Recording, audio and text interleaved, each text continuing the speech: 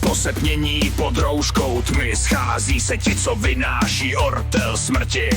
Dveřmi vchází hradní pán zmrt, ptá se, koho dnes navštíví smrt.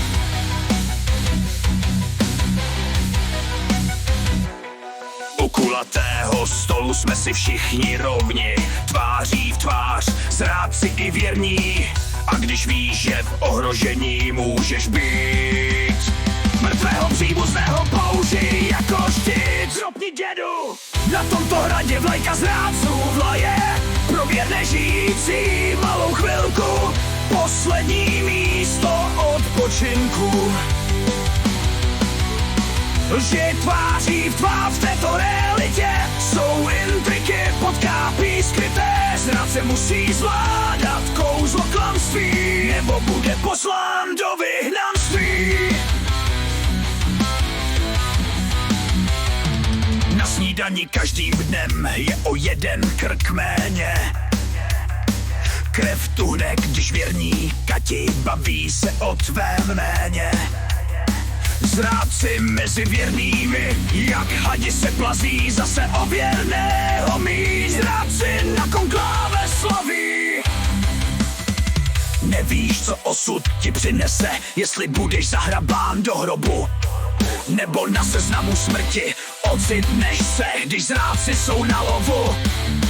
Na tomto hradě vlajka zrádců vlaje, pro věrné žijící malou chvilku, poslední místo odpočinku.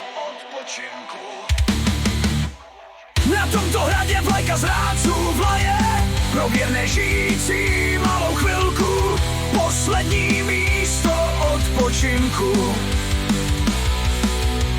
Lži tváří v tvář této realitě, jsou intriky, podkápí skryté. Zrádce musí zvládat kouzlo klamství, nebo bude poslán do vyhnanství.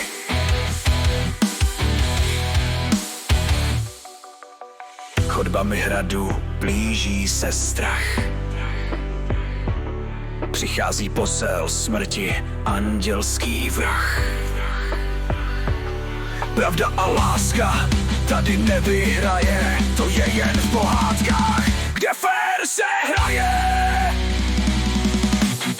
Na tomto hradě vlajka zrádců vlaje, pro věrné žijící malou chvilku, poslední místo odpočinku. Lži tváří v tvář této realitě, jsou intriky, podkápí skryté. Zrádce musí zvládat kouzlo klamství, nebo bude poslán do